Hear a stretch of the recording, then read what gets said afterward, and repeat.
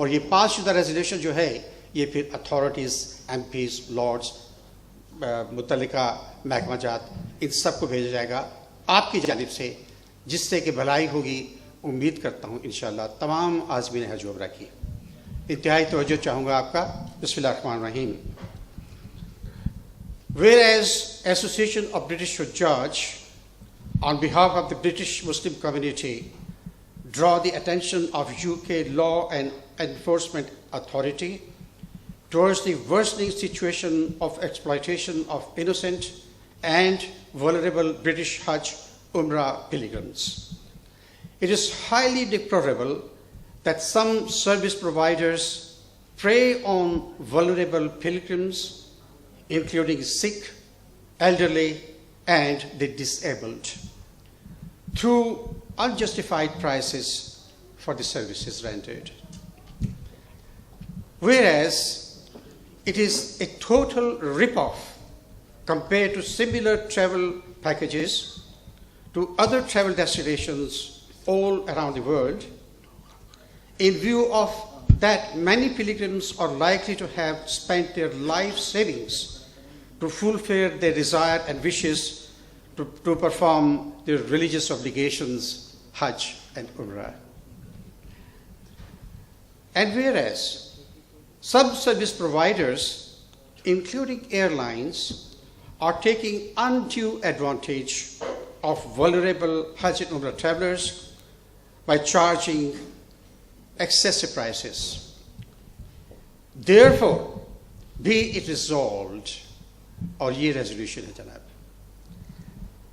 Association of British Hajj urges relevant law enforcement authorities in the UK, including Department for Business, Innovation and Skills, UK Civil Aviation Authority, Police and Trading Standards, and Hajj Task Force to help and protect vulnerable pilgrims and take decisive action to eliminate malpractice and unethical activities of some of the service providers in Hajj and Umrah context.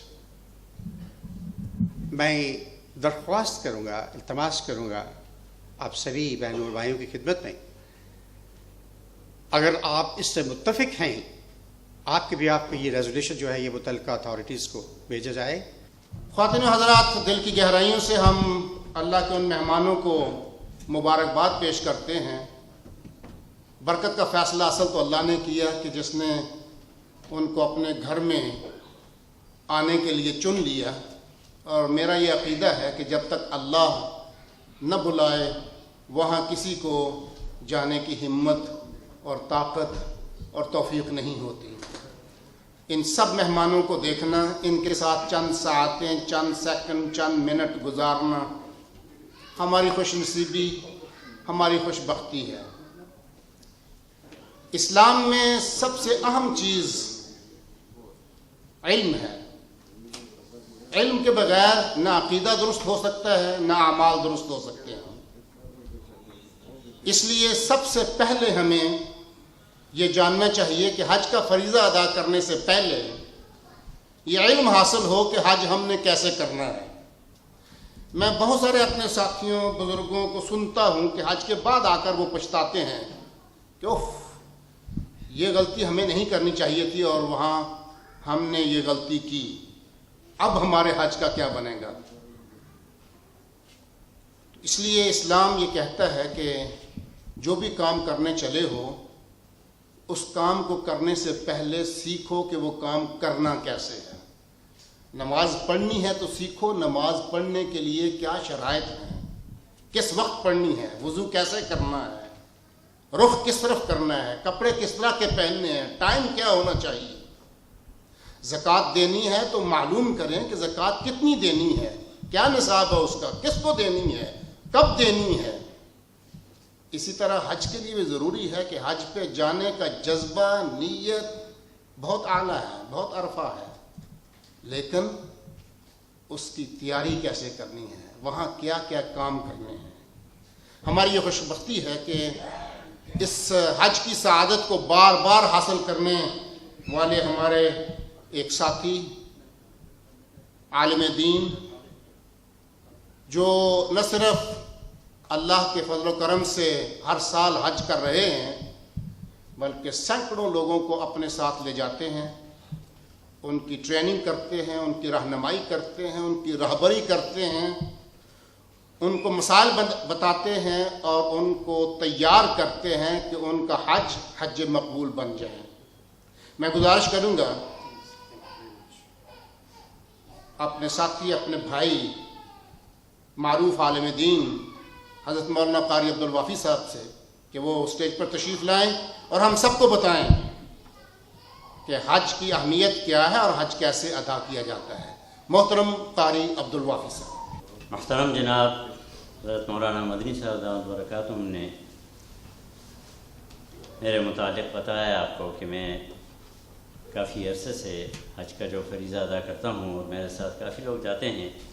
الحمدللہ انہی تجربوں کے روشنی میں میں انشاءاللہ کچھ معلومات آپ کی خدمت میں پیش کروں گا۔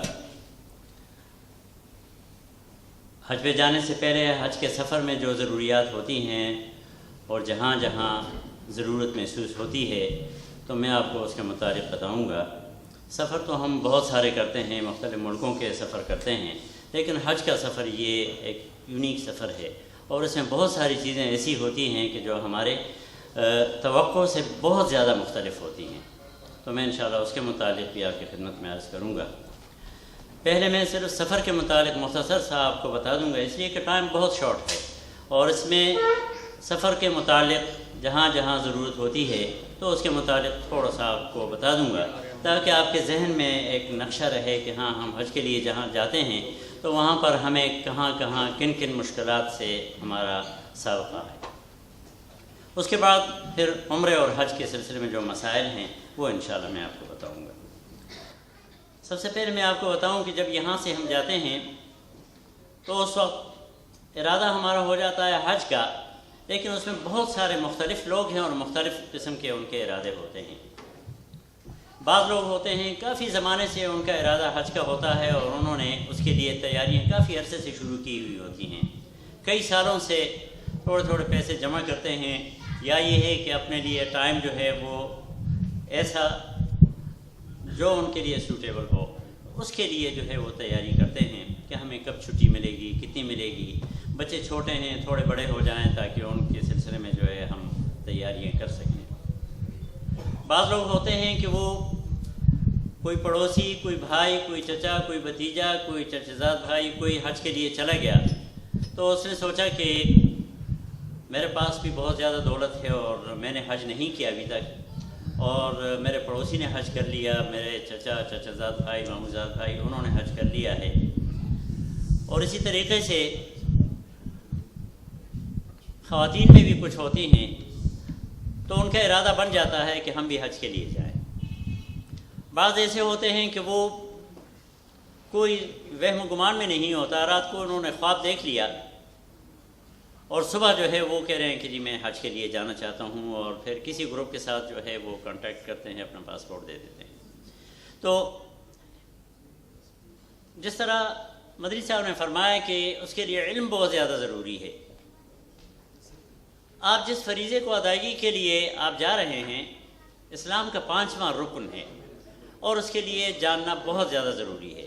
سب سے پہلی چیز جو ہے وہ اپنی نیت کی صفائی ہے کہ نیت صاف کر لیں اور صرف اللہ تعالیٰ کی رضا کے لیے، اور اس لیے کہ اللہ تعالیٰ کی طرف سے جو ہے یہ آپ کے اوپر ایک فریضہ عائد ہوتا ہے، اس کی ادائیگی کے لیے ہمیں جانا ہے۔ نیت کی صفائی بہت زیادہ ضروری ہے۔ اس کے بعد اس کے لیے حج کے لیے تیاری ہے۔ تیاری کے سلسلے میں یہ ہے کہ جو مال، جو دولت آپ لگاتے ہیں حج کے لیے، وہ کوشش یہ ہونی چاہیے کہ وہ بالکل صاف ستھرا پیسہ ہو، کہیں سے کوئی حرام کی آمیزش نہ ہو، اس لیے کہ ایک حدیث ہے حضور اکرم صلی اللہ علیہ وسلم نے فرمایا ہے کچھ لوگ ہوتے ہیں جو بہت دور سے چل کر آتے ہیں، کپڑے میلے کچیلے ہو جاتے ہیں، بال پرا گندہ ہو جاتے ہیں، سفر کے آثار ان کے اوپر ہوتے ہیں، اور وہ پھر یہاں آ کر یعنی کعبہ شریف کے ارد گرد گھوم پھر کر وہ کہتے ہیں یا رب یا رب یا رب کہتے ہیں، تو ان کی دعائیں کیسی قبول ہوں گی؟ انہوں نے جو پہنا ہے وہ حرام کا پہنا ہے، جو کھایا ہے وہ حرام کا کھایا ہے، جس سواری کے اوپر آئے ہیں وہ سواری بھی حرام کی ہے، تو وہ کس طرح جو ہے اللہ سے توقع کریں گے کہ ان کی دعائیں قبول ہوں گی؟ یہ بہت زیادہ ضروری ہے، اس کی طرف بھی غور کرنا چاہیے۔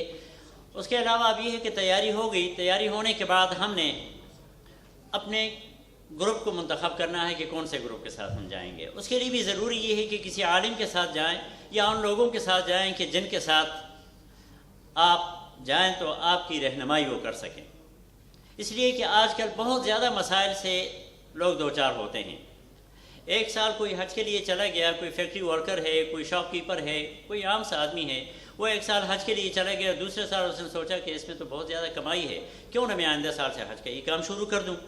اب اس نے ایڈورٹائز کی اور اپنی خاص کر یہاں چونکہ برادری سسٹم ہے تو اپنے برادری کے ساتھ سب کے ساتھ مل جل کر جو ہے اس نے پروگرام بنا دیا کہ اس سال آپ میرے ساتھ جائیں گے اور میں لے جاؤں گا۔ اب ان کو خود بھی پتہ نہیں ہے کہ حج کس طرح کرنا ہے۔ اب ان کے ساتھ جب لوگ جائیں گے تو وہاں پر پھر ان کو جو ہے بہت زیادہ مسائل کا سامنا ہوگا، کیونکہ ان کی اپنی تربیت نہیں ہوئی تو آپ کی تربیت کیا کریں گے؟ تیاری ہو گئی، ہونے کے بعد اب یہاں سے جانے کا وقت آیا۔ جانے سے پہلے جو ہے بہت ساری چیزوں کے متعلق آپ کو جاننا ضروری ہے۔ بکس جو ہیں وہ ہر زبان میں ملتے ہیں، وہ پڑھیں، اور اس کے بعد جو ہے اپنے قریبی مساجد میں علماء ہیں، جاننے والے ہیں، ان سے آپ رجوع کریں، ان سے مسائل معلوم کریں۔ جانے کا دن آیا، یہاں سے اب جا رہے ہیں، کسی بھی ایئرپورٹ سے آپ جائیں گے، اب آپ کو احرام اپنے ساتھ لینا ہے، احرام کے لیے جو چپل ہوتے ہیں وہ آپ نے لینے ہیں، اپنی ضروریات جو کہ عام ضروریات سفر کی ہوتی ہیں، ہر کسی کو پتہ ہے کہ ہمیں ایک ٹاول لے کے جانا ہے، صابن ہے، ٹوتھ پیسٹ ہے، برش ہے، اپنی میڈیسن ہے، یہ تمام چیزیں جو ہے ان کو لے جانا ہے۔ باقی اور زیادہ فکر نہ کریں۔ اکثر لوگ پوچھتے رہتے ہیں کہ ہم اب کیا لے جائیں اپنے ساتھ، اس کی آپ قطعاً فکر نہ کریں، اس لیے کہ ہمارا جو میزبان ہے وہ ہے رب کائنات۔ اللہ کے مہمان بن کر ہم جا رہے ہیں اور اللہ تعالیٰ نے ہمارا سب انتظام وہاں کر رکھا ہے، ہمیں کسی چیز کی وہاں پر پھر ایسی ضرورت نہیں پڑے گی۔ ہاں البتہ انسان ہے، ہمیں ضرورت اس بات کی ہے کہ ہم اپنے آپ کو مطمئن کریں، تو اس کے لیے آپ کی چیزیں ضرور لے کے جائیں۔ یہاں سے جانے کا وقت آ گیا، اب یہاں سے جائیں گے۔ کچھ لوگ ایئرپورٹ سے احرام باندھ لیتے ہیں، جن کی انڈائریکٹ فلائٹ ہے وہ جہاں سے فلائٹ جو ہے ان کی رکتی ہے وہاں سے احرام باندھیں گے، وہ آپ کو گروپ لیڈر بتا دے گا کہاں سے احرام آپ نے باندھنا ہے۔ احرام کے مسائل کہ احرام باندھنے کے بعد آپ کے لیے بہت ساری وہ چیزیں جو کہ عام دنوں میں جو ہے آپ کے لیے ممنوع ہیں، آپ کے لیے جائز ہیں، حلال ہیں، احرام باندھنے کے بعد وہ آپ کے لیے ناجائز ہو جاتی ہیں۔ مثلا یہ ہے کہ بالوں میں کنگھی نہیں کر سکتے، خوشبو نہیں لگا سکتے، سلے ہوئے کپڑے نہیں پہن سکتے، اپنے بدن کو اس طرح نہ کھجائیں کہ آپ کے بدن پہ کوئی خراش آ جائے اور آپ کے بال جو ہے بدن سے جو ہے وہ گر جائیں۔ اس طریقے سے اور بہت ساری چیزیں ہیں، یہ تو ظاہری جسمانی طور سے۔ روحانی طور سے یہ ہے کہ آپ اپنے ذہن، اپنے دل و دماغ کو بالکل صاف ستھرا رکھیں، غیبت نہ ہو، گالی گلوچ نہ ہو، لڑائی جھگڑا نہ ہو، کہ اللہ تعالیٰ نے قرآن کریم میں فرمایا الحج اشہر معلومات فمن فرض فیہن الحج فلا رفث ولا فسوق ولا جدال فی الحج، کہ حج میں کوئی بری بات نہیں، کوئی بد زبانی نہیں ہے، کوئی لڑائی جھگڑا نہیں ہے۔ اگر یہ چیزیں ہوں گی تو ہمارا حج جو ہے وہ مکمل نہیں ہوگا، ناقص ہوگا، تو اس میں کمی ہوگی اور کوتاہی ہوگی۔ ہمارا حج اگر مکمل نہیں ہوگا تو ہم کس طرح توقع کر سکتے ہیں اللہ تعالیٰ سے کہ وہ ہمیں پورے کا پورا ثواب عطا فرمائے۔ میں یہ عرض کر رہا تھا کہ جب مکہ مکرمہ انشاءاللہ آپ پہنچ جائیں گے، اور مکہ مکرمہ پہنچنے کے بعد سب سے پہلا کام جو آپ نے کرنا ہے وہ ہے عمرہ۔ آپ سب احرام میں ہیں، احرام میں ہونے کے بعد آپ جب ہوٹل سے روانہ ہوں گے تو اپنے گروپ لیڈر کے ساتھ، اور اگر گروپ لیڈر آپ کے ساتھ نہیں ہے، آپ نے پہلے حج کیا ہے، کچھ لوگ ہوتے ہیں وہ کہتے ہیں کہ ہم نے پہلے حج کیا ہے، عمرہ بھی کیا ہے اور ہم جانا چاہتے ہیں۔ یہ تو وہ تمام چیزیں جو میں پہلے بتائی آپ کو کہ جو ضروریات ہیں وہ کیا ہیں، وہ یہ ہیں کہ آپ اپنے ساتھ یہ تمام چیزیں لے کے جائیں گے۔ احرام آپ نے پہن لیا تھا، جا رہے ہیں آپ عمرے کے لیے۔ اب لبیک اللہم لبیک لبیک لا شریک لک لبیک ان الحمد والنعمت لک والملک لا شریک لک۔ یہ جب آپ نے احرام باندھ لیا تھا اس وقت آپ نے پہلے نیت کی، احرام کی کہ عمرے کے احرام، اور اس کے بعد پھر 2 رکعت نماز نفل پڑھے ہیں آپ نے۔ نماز نفل پڑھنے کے بعد آپ نے سلام پھیرا، اور سلام پھیرنے کے بعد آپ نے عمرے کی نیت کی۔